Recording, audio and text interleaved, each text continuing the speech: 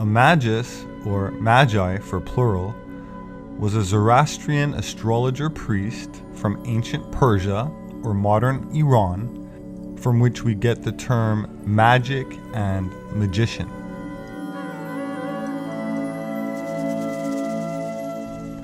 In Western mythology, they have been referred to as sorcerers and wizards or shamans.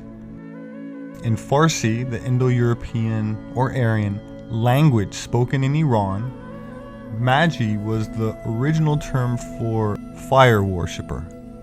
They were the guardians of the sacred and eternal fire, or a flame or altar fire, which remains lit inside their temple 24 hours a day for millennia.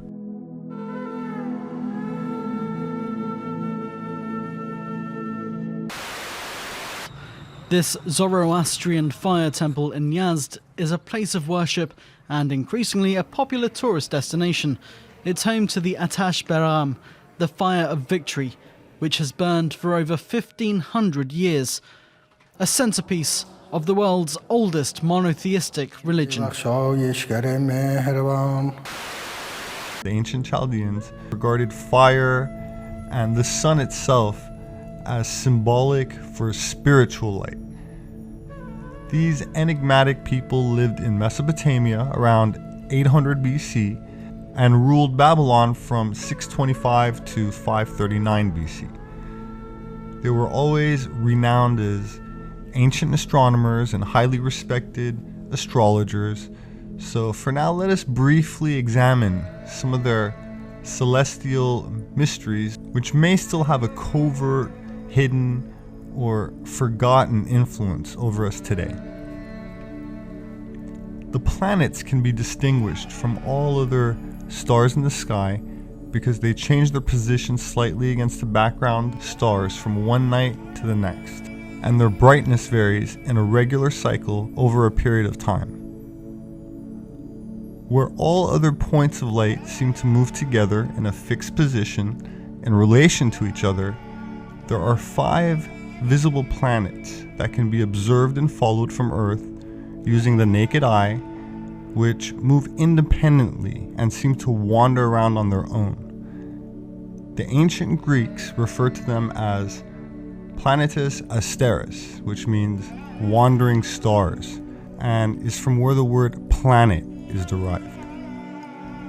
So in addition to the 5 celestial wanderers or planets, we have the sun and the moon, which obviously also move independently and seemingly do their own thing in respect to the other fixed stars, which gives us a grand total of 7. Thus, these 7 came to be known as the 7 old gods of the Babylonians: Shamash the sun, Sin the moon, Nebo was Mercury, Ishtar was Venus, Nergal was Mars, Marduk was Jupiter, and E was Saturn. To the Hebrews, they were the archangels: Michael, Gabriel, Raphael, Samuel, Uriel, Amiel, Zadkiel. To the early Christians, they were the angels of the 7 churches. They were represented among the Jews, Babylonians, Egyptians, and Persians by the 7-branched candlesticks known as the menorah, or their 7-flamed altar fires. Our days of the week were named after the planets of Hellenistic astrology, and by Hellenistic I mean relating to Greek or Macedonian history, from the death of Alexander the Great in 323 BC to the defeat of Cleopatra and Mark Antony by Octavian in 31 BC. So during this period, Greek culture flourished, and we can see the 7-day week spread throughout the Roman Empire. Mars was Ares, Mercury, Hermes, Jupiter was Zeus, Venus was Aphrodite, and Saturn is Kronos, and of course the sun and the moon. Where the sun and fire symbolically represented spiritual light, the 7 planetary deities also had an esoteric occult significance.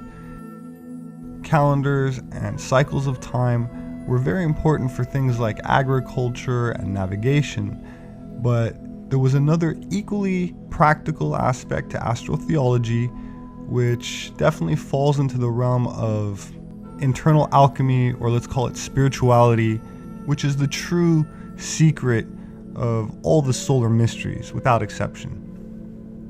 In the words of occultist Manly P. Hall, honorary 33rd degree Freemason, we begin our problem this evening with the problem or study of the 7 deities, or as Plutarch refers to the mystery, the 7-rayed God. Why was the 7 so vastly significant a number in ancient times? How does it happen that this number coincides with what the ancients called their planets, consisting of 5 planets we know today and 2 luminaries?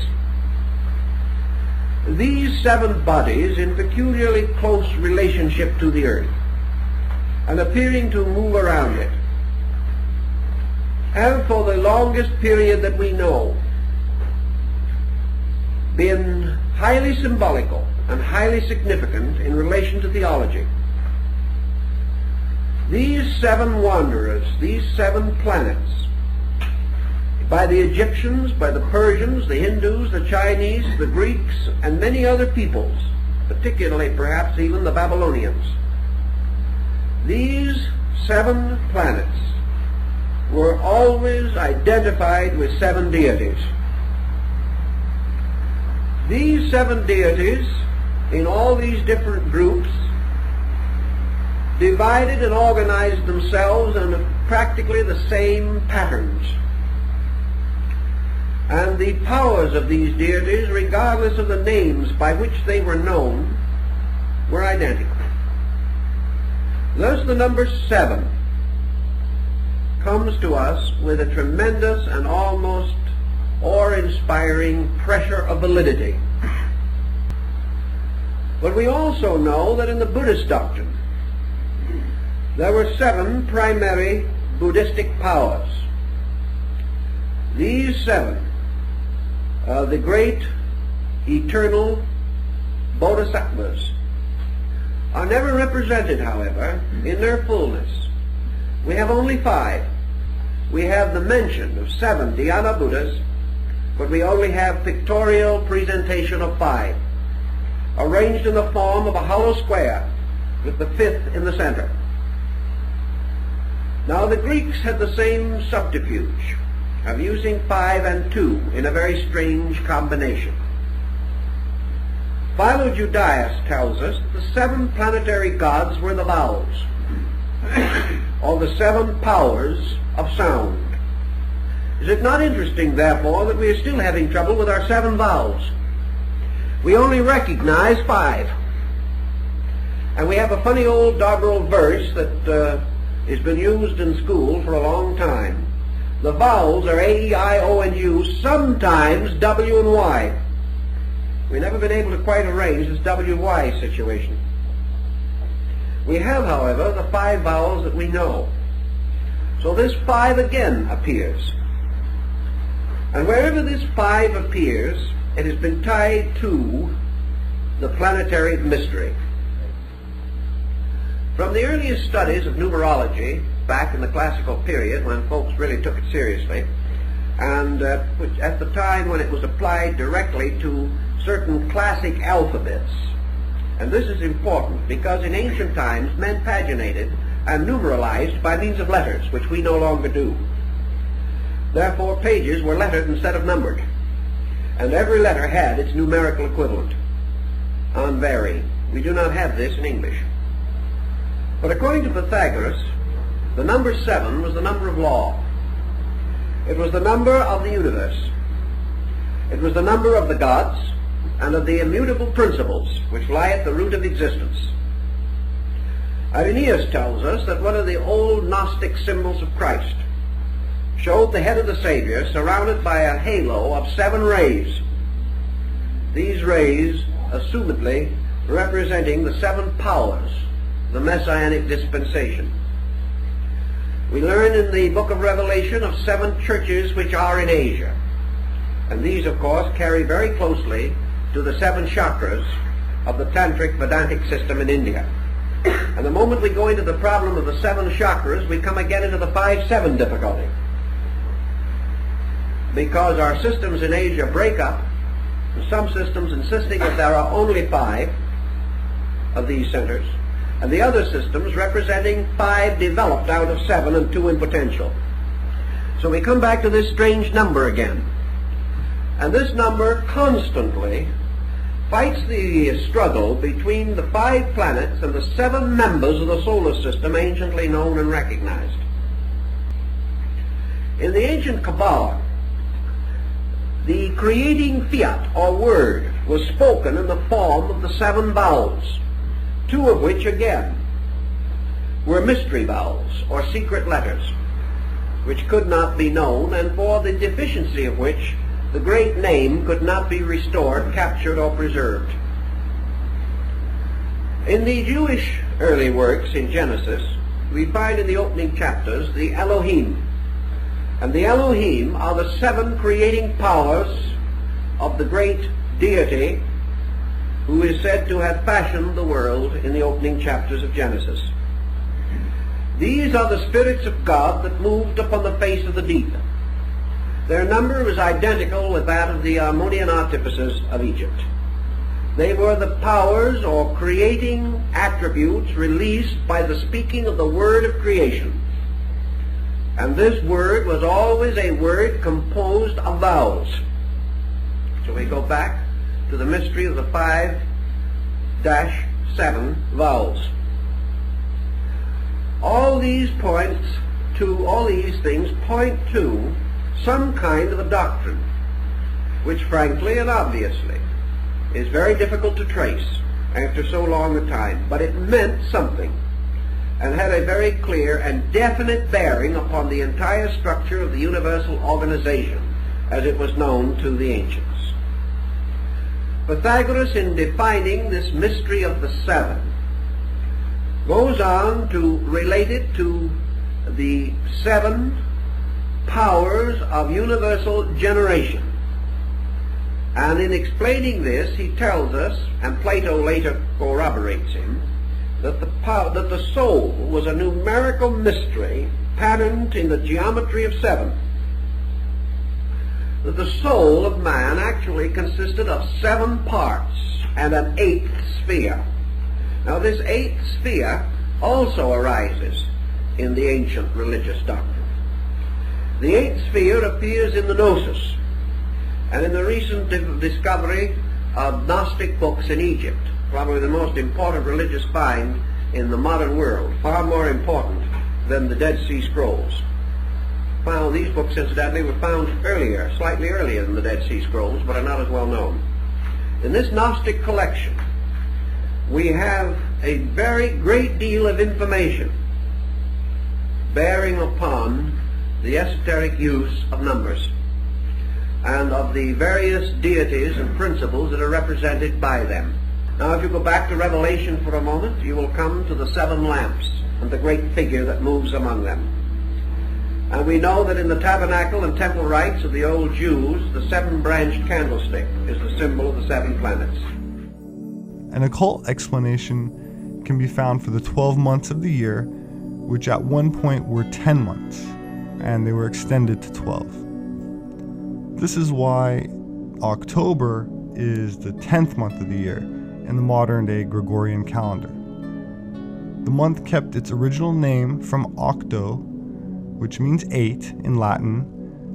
An octagon has 8 sides, an octopus has 8 tentacles, but October is now the 10th month. And December, which means 10, the prefix DEC means 10, became the 12th month.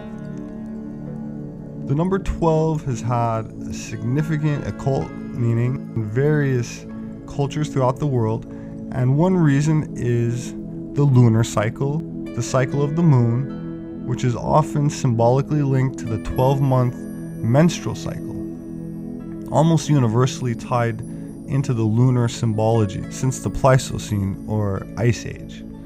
It is clear that women were not always so disrespected as they are today, and this cycle was at one time very, very sacred and revered, where in modern times it's labeled as unclean and basically taboo. 12 represents the division or fractioning of unity into 12 parts. An ancient civilization, which likely spanned the entire globe, wanted to make sure a connection to this divine number was never lost. We can see the 12 labors of Hercules, 12 sons of Romulus, 12 knights of King Arthur's Round Table, 12 followers of Buddha, 12 followers of Quetzalcoatl, 12 tribes of Israel. We read about the 12 brothers of Joseph, the 12 great patriarchs, 12 disciples of Christ. The tree of life bears 12 fruits. And even Himmler and his 12 knights in the Nazi SS. So it's clear there's occult significance. 12 inches in a foot, 12 days of Christmas, 12 grades in school, and of course, the 3 important cycles of the day, year, and great year, which have the day and night divided into 12 hours, the 12 months of the solar year, and 12 zodiac ages of the great precessional year, respectively. So let's consult Manly P. Hall again and see what kind of insight he can shed on this. Now, in Greek mythology, there was a group called the Titans. And the Titans are the ones who stole Dionysus, or Zagreus, the son of Zeus, took him out into the fields of space, killed him, boiled his body, and ate the flesh. And when this occurred, Zeus, becoming aware of the smell of the fire in which they were cooking the body of his son, turned his attention, his one eye, which like the eye of Otan was the eye that saw all, turned this eye upon the Titans in chaos, perceived their crime, and launched his thunderbolt upon them, in which he destroyed the 12 primordial forces. He then took the ashes of these forces, containing within these ashes the burned blood of his own son, and from these ashes formed the bodies of mankind. Therefore, man contained within himself the 12 titanic principles and the blood of Bacchus. And the sacraments and ceremonies relating to this are part of the Greek mystery of the Eucharist. Now, in this situation, the Titans, astrologically and astro-theologically, represent the primordial power of the 12 constellations. This term, precession of the equinoxes, to one completely unfamiliar with the subject, is just a little difficult to explain briefly. Each year, the sun reaches the equinox slightly sooner than the year before. That actually the coming of the sun is a little over 1 minute earlier each year, making an astronomical degree in about 72 years. Thus, every 72 years, the sun seems to drop back at the equinox 1 degree. If it so does, it drops back approximately 30 degrees every 2160 years. And it drops back around the entire circle to any hypothetical point in one longer cycle of 25,920 years. In this period of time, the sun seems, only by appearance, seems to drop back around the entire circle of the zodiac, falling backward or fading backward at the rate of 1 degree every 72 years. This has been a very important time pattern, and the complete precession of the equinoxes, requiring 25,920 years, is referred to as the Great Platonic Year.